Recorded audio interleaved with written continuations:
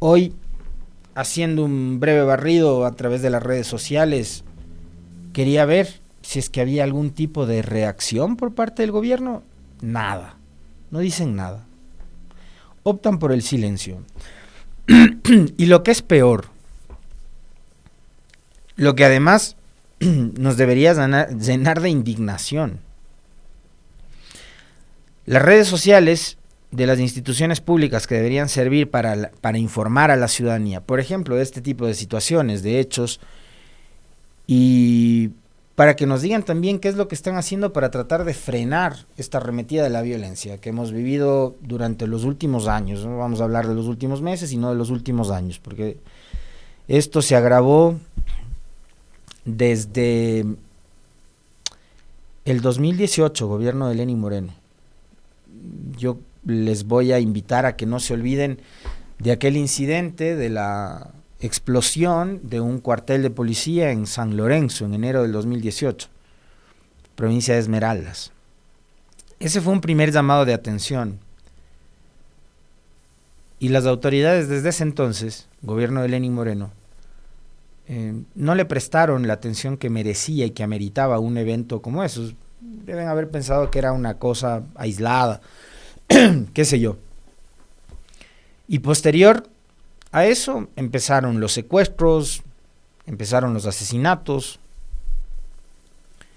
y la situación se agravó. Y después, en la memoria también debemos tener que entre el 2020 y 2021 es cuando se empezaron a agravar y a complicar más, por ejemplo,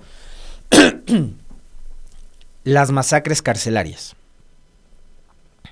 Y esto, digamos, sin ser ni pretender ser un especialista, un experto en estas materias, pero yo sí lo vinculo con una decisión del gobierno de esa época que después no fue atendida de la manera en que debieron, porque nunca creo que les preocupó y tampoco lo hicieron técnicamente, sino simplemente fueron decisiones bastante coyunturales, políticas a manera de paños de agua tibia, para tratar de dar respuestas mediáticas del momento que vivía el país. Y es la eliminación de los ministerios, la eliminación del Ministerio Coordinador de Seguridad, la eliminación del Ministerio del Interior, la eliminación del Ministerio de Justicia, que era el ente rector, el que dictaba la política pública en materia de rehabilitación social, entre otras cosas. Y desde ahí viene un abandono casi absoluto al sistema penitenciario, hasta convertir en lo que son hoy las cárceles de este país. Que ya no se puede hablar de un sistema de rehabilitación social, en lo absoluto. Y ya, para mí, aunque acá es de los pocos lugares, de los pocos medios, de los pocos espacios en donde siempre mencionamos aquello, y donde además los invitados, los entrevistados que han venido acá han hablado y se han referido justamente a ese como el inicio de este grave problema que enfrenta el país. Porque es muy fácil ir a un medio de comunicación, abrir los micrófonos, abrir las cámaras y empezar a decir, es que tal gobierno le abrió las puertas al narcotráfico, y repetir eso 10,000 veces y tratar de convertirlo en verdad por efecto de la repetición del mensaje, sin respaldo de ningún tipo de argumento que sea lo suficientemente convincente o producto de una investigación más seria, ¿no? Un argumento más técnico. No, todo tiene que ver con el sesgo, todo tiene que ver con la política, porque además han tratado de y han ensuciado muchos temas, como por ejemplo el de la seguridad, politizándolo. Y politizándolo con un solo efecto, tratar de responsabilizarle de lo que pasa hoy, 8 años después de que dejaron el poder, a un gobierno de la situación que está enfrentando actualmente el país. Lamentablemente es así, y esto no tiene que ver con que pretendo defender a Correa o a su gobierno, no, tiene que ver con decirle la verdad al país, y la verdad es esa. Acá hubo un gobierno, el de Lenín Moreno, que desmanteló todo el sistema que había para la seguridad, lamentablemente. Y yo les decía que hoy, después de haber tenido un fin de semana tan violento, me despertaba a buscar las reacciones del gobierno, del presidente Noboa, de la ministra del Interior, con respecto de la violencia que vivió el país durante el fin de semana. Y me encontraba con algo que había visto en días anteriores. Primero, que Noboa no ha dicho media palabra. No ha dicho media palabra Noboa. La última publicación de Noboa es aquella carta que la revisábamos con ustedes el viernes anterior. Hace 3 días es la última publicación de Noboa en la red social más política y tóxica, que es el Twitter, ¿no? O X, como le llaman ahora. Y en las otras redes sociales ustedes lo que van a encontrar son esos TikToks carentes de contenido y de información, en donde el presidente ahora quiere pasar por, creo que modelo, ¿no? Hay uno que habla de un monumento, una cosa de un vaciamiento terrible del contenido en las redes sociales del presidente. Así que sobre el tema de la violencia y sobre lo que ha hecho el fin de semana el gobierno, la fuerza pública, militares y policías, no hay nada. Y el Ministerio del Interior, que es el encargado del tema de la seguridad, tiene unas publicaciones que a mí por lo menos me llamaron mucho la atención. La una, de hace 3 días, es un tuit que está fijado además, con la foto de la ministra Palencia. La ministra Palencia del Ecuador marca el liderazgo de seguridad en la región. La doctora Mónica Palencia posiciona a Guayaquil como el centro de convergencia internacional de la lucha contra el crimen, firme en su calidad de presidente del Comité Latinoamericano de Seguridad Interna y presidente del CICTE, Lucha contra el Terrorismo de la OEA. Más alianzas, intercambios de experiencias, planteamientos para la seguridad durante 2 días de una cumbre sin precedentes en la ciudad. Te voy a pasar el link, Meli, de este tweet para que lo puedas compartir con la gente, porque en serio que no hay manera ya de entender qué es lo que pasa por la cabeza de estos funcionarios. Es un tuit que tiene que ver con las relaciones públicas de una ministra probablemente de las más ineficientes que tiene este gobierno, que es la señora Palencia. Y por supuesto, desde lo personal, yo no tengo nada en contra de la señora porque ni la conozco. Nunca hemos tenido la oportunidad de conversar con ella, de entrevistarla. Lo que está claro es que no está preparada para el cargo. Y no porque a mí se me ocurra decirlo ahorita nada más, es porque lo hemos venido diciendo permanentemente y porque además, por efecto de la incompetencia y de la ineficiencia de funcionarios como la señora Palencia, pónganle la foto, porque eso es maravilloso. Ese es el texto que les acabo de leer. Y ese texto venía acompañado de una fotografía de la señora que está posando justamente, o sea, sonreída.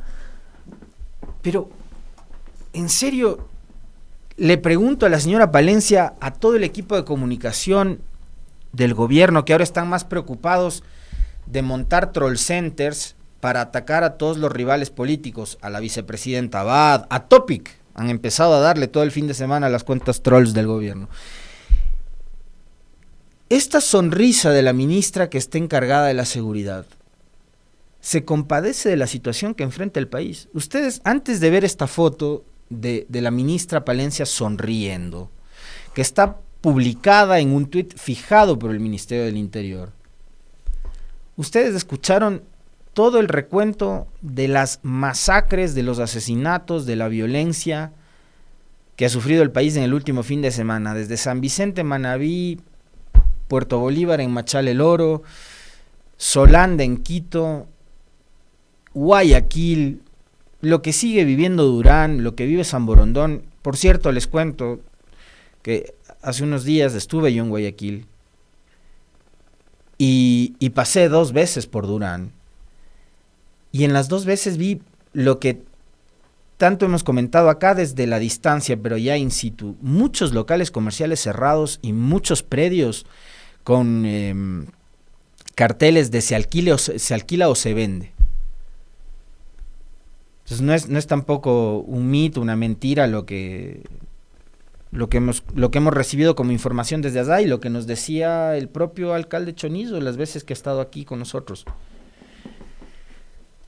Entonces, para volver al tema de la comunicación del Ministerio del Interior, fortalecemos la seguridad regional. Este 19 y 20 de agosto, entre hoy y mañana, se va a desarrollar la cumbre ministerial del CLASI. Se abordarán temáticas transversales relacionadas a delitos financieros, narcotráfico, tráfico ilegal de flora y fauna, minería ilegal y ciberdelincuencia.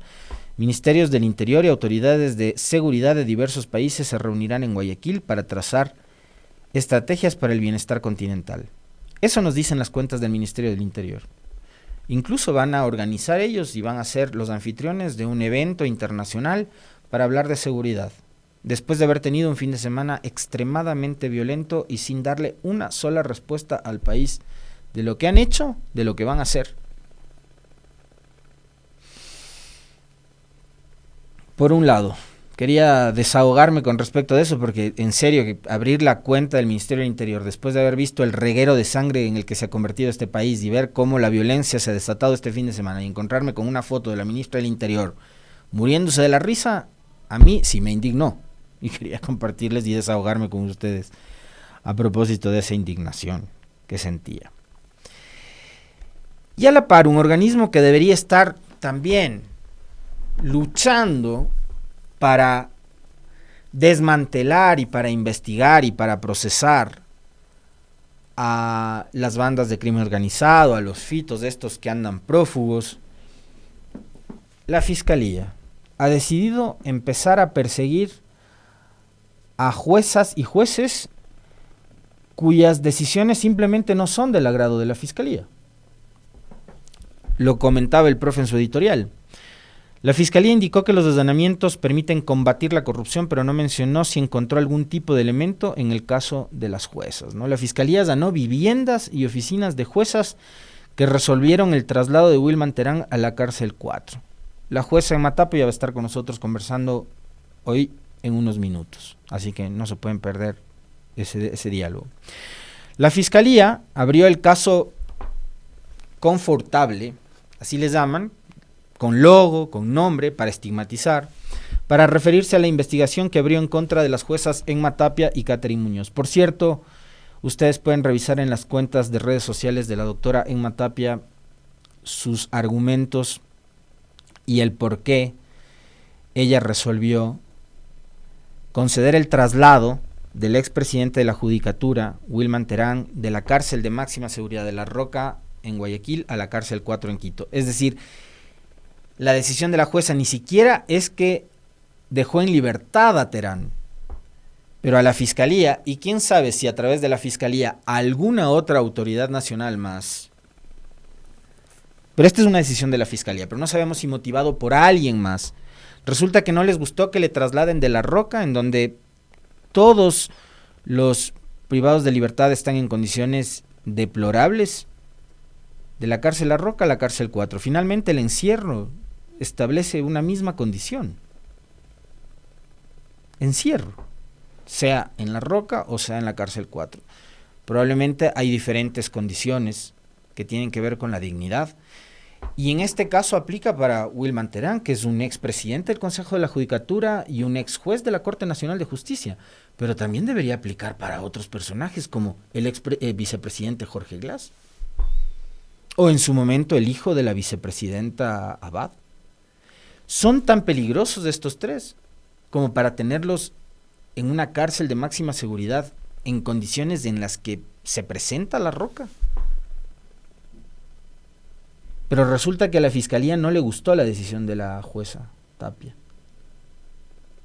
Y por eso mandó a allanar sus oficinas y hasta la vivienda. Alrededor de las 17:30 del viernes 16 de agosto, la Fiscalía llevó adelante una serie de allanamientos en las oficinas de las juezas en la Corte Nacional de Justicia y de sus viviendas por presunto delito de cohecho. Pruebas cero, solo presunciones.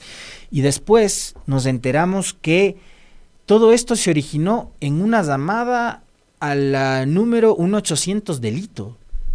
O sea, ni siquiera tenían pruebas, no había argumentos como para proceder a este tipo de acciones.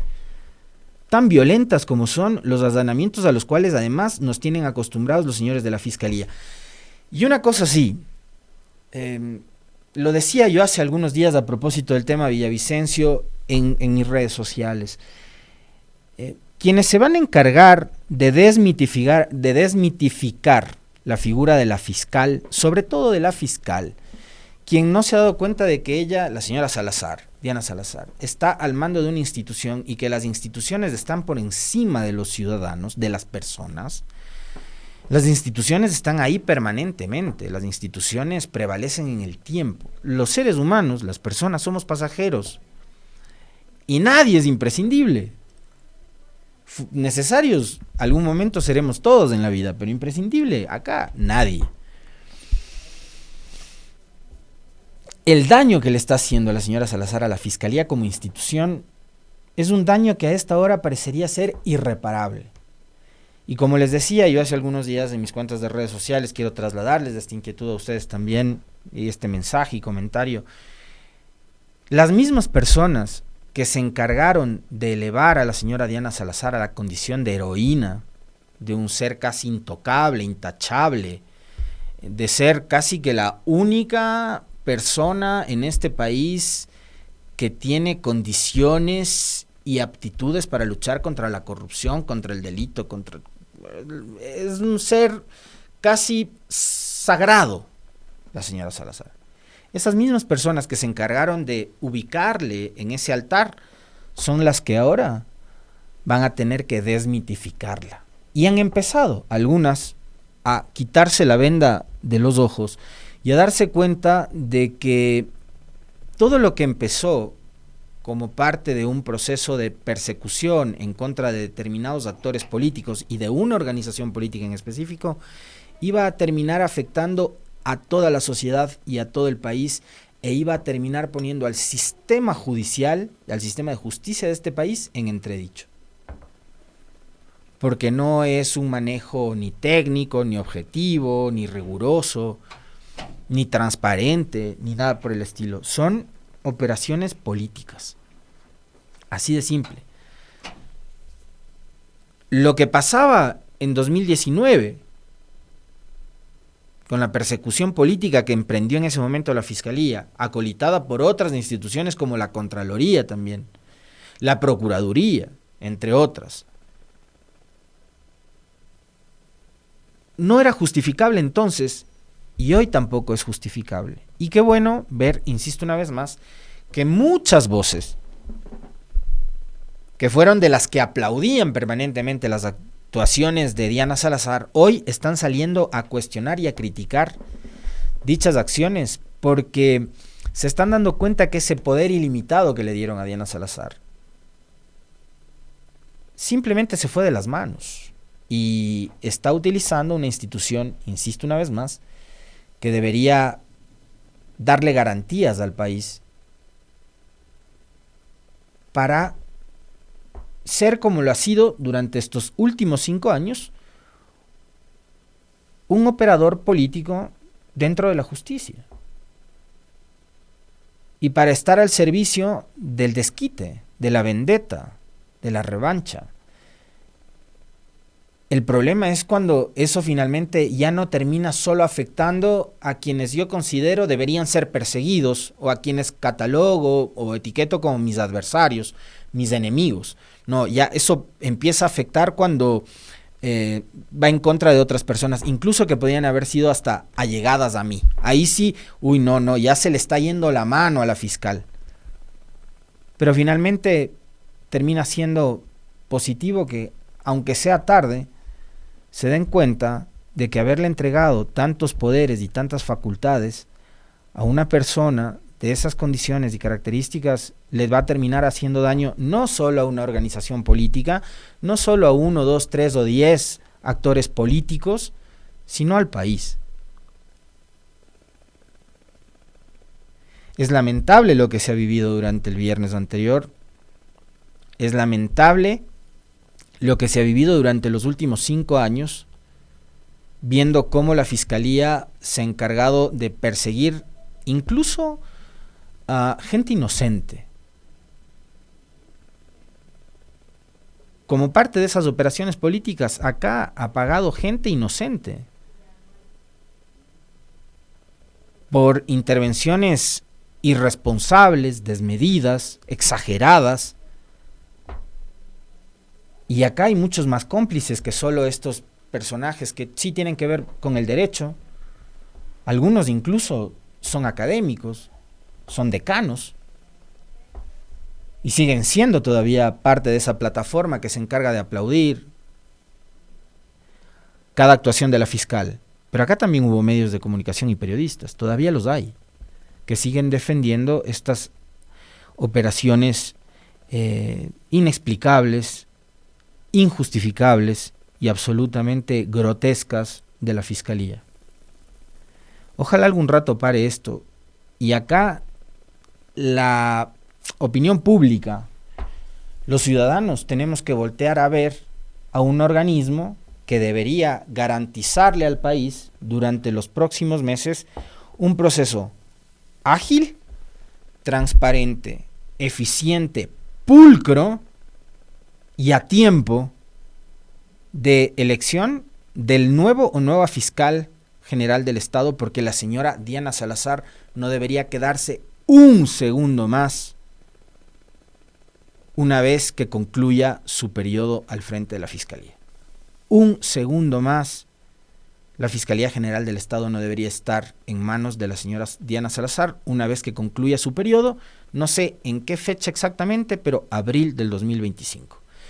Y ahí, insisto una vez más, los ecuatorianos tenemos que voltear a ver al Consejo de Participación Ciudadana y decirles a los 7 vocales, señores, háganle un favor al país y lleven adelante un proceso absolutamente serio y transparente de selección de la nueva fiscal o el nuevo fiscal en el Ecuador. Ahora, uno regresa a ver y ve el Consejo de Participación Ciudadana que tenemos y ahí se nos van todas las energías, ¿no? Pero, digamos, la esperanza es lo último que se pierde. Tienen una responsabilidad gigantesca.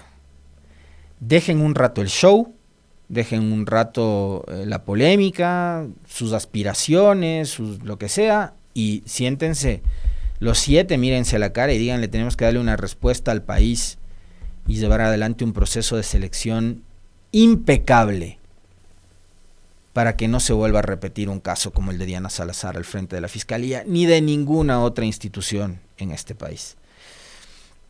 Les invito a que le den like a la transmisión también, por cierto. Habemos a esta hora 17 binomios presidenciales. ¿Qué tal? ¿Tienen fotito de la papeleta? ¿Cómo quedaría? Meli, ya te escuché. 17 binomios presidenciales fueron confirmados por sus organizaciones tras el cierre de la fase de democracia interna, que fue el sábado anterior. Los precandidatos deberán ser inscritos en el CNE. Ahí está al menos los rostros presidenciables, no faltarían los aspirantes a la vicepresidencia. Pero ahí tienen ustedes a quienes aspiran a llegar finalmente a la elección del 9 de febrero. Puede resultar, déjenle nomás la foto para que se vayan familiarizando con algunos, seguramente no con todos, porque me imagino yo que muchos de ustedes, la gran mayoría, dirán, ¿pero cómo 17? Bueno, sí, hay que recordar que de aquí viene un proceso de conversaciones y demás, para ver si es que finalmente se logra concretar algún tipo de alianzas, ¿no? Y habrá que ver si quedan los 17, probablemente no va a ser así, seguramente quedarán 10, 12, 14, no sé. Pero este es un hecho probablemente inédito en las últimas elecciones. Recordemos que en la elección excepcionalísima del 2023 hubo 8 binomios presidenciales. No es que tampoco es una costumbre de la democracia del Ecuador presentar tantísimos binomios aspirando a llegar a Carondelet, pero bueno, ahí los tienen, y para que vayan familiarizándose no solo con las fotos, sino con los nombres. José Serrano Esta es una lámina del medio digital Informa EC del colega Emilio Domínguez, ¿no? José Serrano y Ana Cristina Bernal por Centro Democrático, el partido de Jimmy Jairala. Jimmy Jairala irá como primer candidato a la Asamblea Nacional. Por la Unidad Popular, el binomio será Jorge Escala y Pacha Terán. Proponen a Andrés Quispe como primer candidato a la Asamblea, presidente actual de la UNE. La Sociedad Patriótica propone el nombre de Andrea González, quien fue candidata a la vicepresidencia con Fernando Villavicencio y Galo Moncayo como vicepresidente. Por cierto, no tiene nada que ver conmigo, no es ni pariente lejano siquiera. Y proponen a Lucio Gutiérrez como candidato a la Asamblea Nacional. El PID, que es el partido que promocionó al actual presidente de la República, Daniel Noboa, Pueblo, Igualdad y Democracia, de Arturo Moreno, pariente de Lenin, no sé si es del hermano, creo.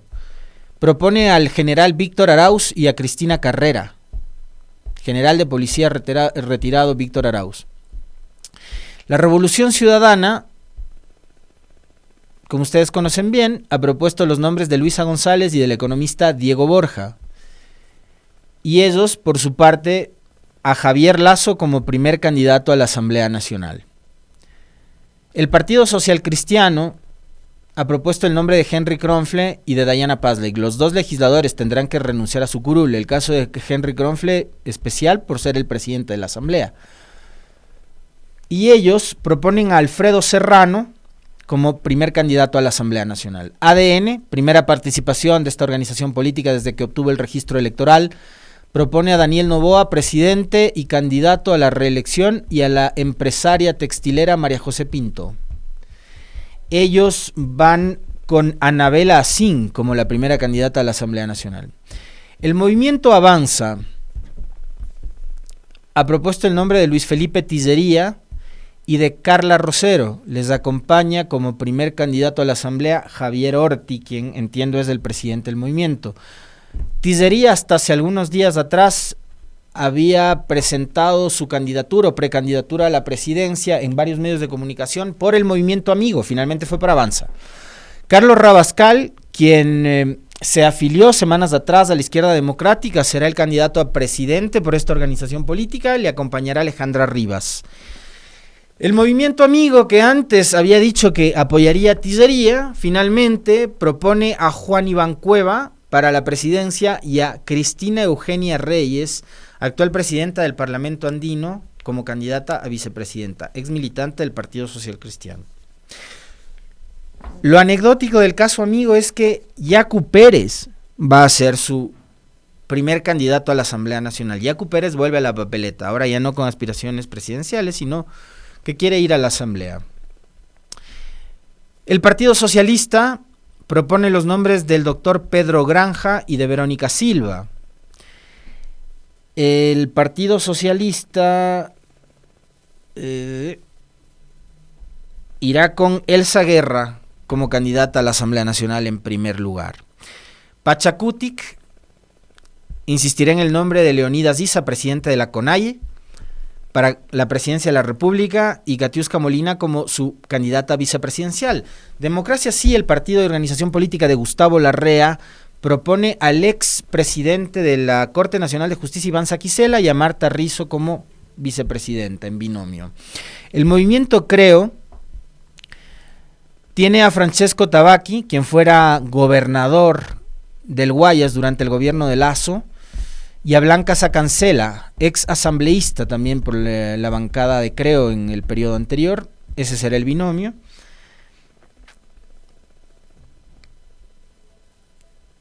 Y Juan Fernando Flores, quien era secretario de la política, será el primer candidato a la Asamblea Nacional que los acompañe. Suma, el movimiento del ex alcalde de Quito, Mauricio Rodas, propone la candidatura de Zan Topic, que me imagino debe haber consultado con su esposa, y ya decidió ir él como candidato presidencial, acompañado de Cristina Calderón. Topic ustedes recordarán, hace algunos meses también, en una extensa carta, dijo que renunciaba a cualquier tipo de aspiración a candidatura presidencial alguna porque, entre otras cosas, estaba decepcionado de la manera de hacer política en el Ecuador. Y Guillermo Celi, de Manabí, ya fue asambleísta, les acompañará como candidato a la Asamblea Nacional. Finalmente, tenemos dos movimientos más. Construye, de María Paula Romo, propone a Henry Cucalún, uno de los asambleístas que votó por su censura y destitución en noviembre del 2020, acompañado de Carla Larrea, presentadora de televisión, como binomio. A ellos dos les acompañará Ana Galarza como primera candidata a la Asamblea por Construye Listas 25. Y finalmente, Reto propone los nombres de Eduardo Sánchez y Katia Caicedo. Como ustedes ven, ahí hay movimientos políticos como Reto, Pachacuti, Partido Socialista, Unidad Popular, que forman parte de una mesa de diálogos a la cual también está asistiendo la Revolución Ciudadana a través de Andrés Arauz, y que por lo menos están poniéndose de acuerdo para la elaboración de un plan de gobierno conjunto, con miras a lo que podría ser un apoyo en segunda vuelta. Lo ideal para las izquierdas en este caso sería que logren o consoliden una alianza que apoye a una sola candidatura, lo cual va a estar como bastante complejo. Pero finalmente acá hay 17 precandidaturas todavía. Yo sí les invito a tomar con calma esto, que a mucha gente sí le puede inquietar sobre el estado de la democracia, del sistema de partidos en el país, porque capaz y no terminan siendo las 17, capaz o menos, pero si terminan siendo 12 o 14 ya es complicado para un país que tiene apenas 18 millones de habitantes y 13.7 millones de electores. Y ahí es cuando uno se pregunta, al ver, y esta es, digamos, las condiciones que están establecidas. ¿Saben por qué? Porque hay 17 organizaciones políticas nacionales inscritas en el registro de partidos del Consejo Nacional Electoral. Entonces, más no puede haber. Son 17. Y los 17 dicen, vamos a ir con candidato propio. Ojalá se concreten alianzas y ese número de 17 se reduzca. Ok. Pero en principio está esto de que existen 17 organizaciones políticas nacionales y a nivel local hay como 200 organizaciones políticas. Un llamado fundamental para el próximo periodo, el próximo gobierno, la próxima asamblea es: procuren trabajar en una reforma al sistema de partidos, al Código de la Democracia, a la misma Constitución, para reducir el número de organizaciones políticas o para ser un poco más rigurosos y exigentes en los requisitos para inscribir a las organizaciones políticas. Porque en serio, en un país de 18 millones de habitantes, de 13.7 millones de electores, ¿hay firma para tanto movimiento político? Por lo menos nos queda la duda. Sobre esto vamos a seguir comentando los próximos días.